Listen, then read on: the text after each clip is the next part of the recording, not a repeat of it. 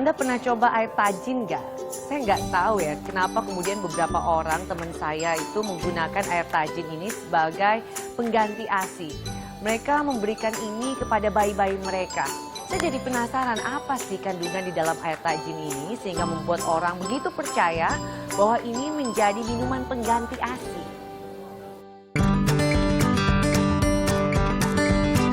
Bagus, air tajin itu apa? Karbohidrat. Tapi karbohidrat apa? Karbohidrat sederhana. Artinya, dia tidak ada serat, penyerapannya cepat. Artinya apa? Waktu kita makan, masuk di lambung, turun ke usus, akan segera diserap. Akibatnya apa? Kadar gula darah akan segera naik. Itu karbohidrat. Sumber zat gizi yang termasuk golongan makronutrien, zat gizi makro yang dibutuhkan oleh tubuh buat sumber tenaga.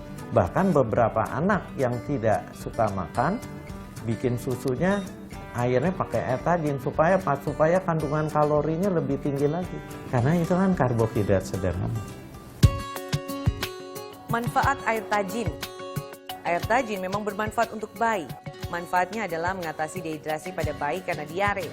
Air tajin mengandung glukosa polimer yang dapat memudahkan penyerapan elektrolit.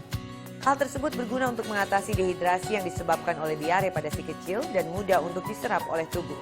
Pakar beras yang juga merupakan peneliti pengolahan hasil pertanian Profesor Djoko Said Damarjati, dia mengatakan pada dasarnya air tajin memiliki banyak zat dan vitamin yang bermanfaat bagi tubuh. Khususnya beras yang belum melalui proses sosok atau dibersihkan hingga kulit arinya.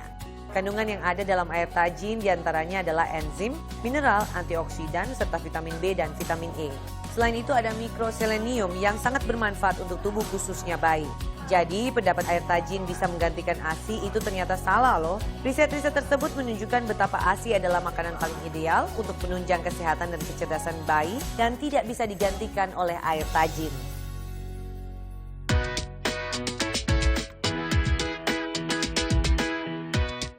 Nggak cukup cuma air tajin. Kita kan makan harus lengkap. Ada karbohidrat, ada protein, ada lemak, ada vitamin, mineral. Nah, sementara air tajin itu kan hanya mengandung karbohidrat. Artinya apa? Dia tidak bisa menjadi MPASI secara lengkap hanya pakai air tajin. Jadi ASI diberikan ya, kemudian air ASINya kurang, ditambahin pakai makanan pendamping ASI itu.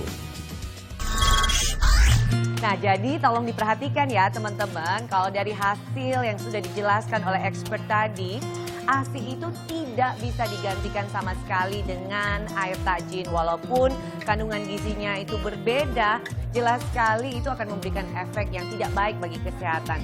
Saya jadi berpikir apa kemudian dampak yang bisa dihasilkan jika kita memberikan air tajin itu terlalu banyak bagi anak-anak.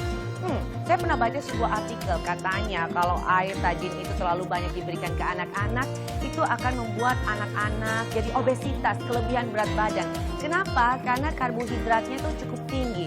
Dan kalau diberikan kepada anak-anak di bawah usia 6 bulan itu bisa membuat anak-anak jadi diare. Wow. Cara membuat air tajin sebenarnya mudah. Langkah pertama yang harus kamu lakukan adalah cuci beras sampai bersih, kemudian tiriskan.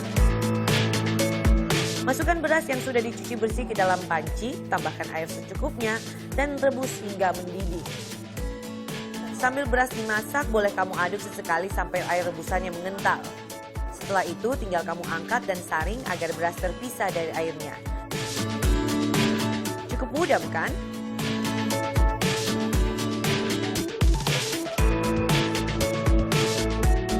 Dan kemana-mana kami masih punya informasi menarik lainnya sesaat lagi, tetap di Wonder Food.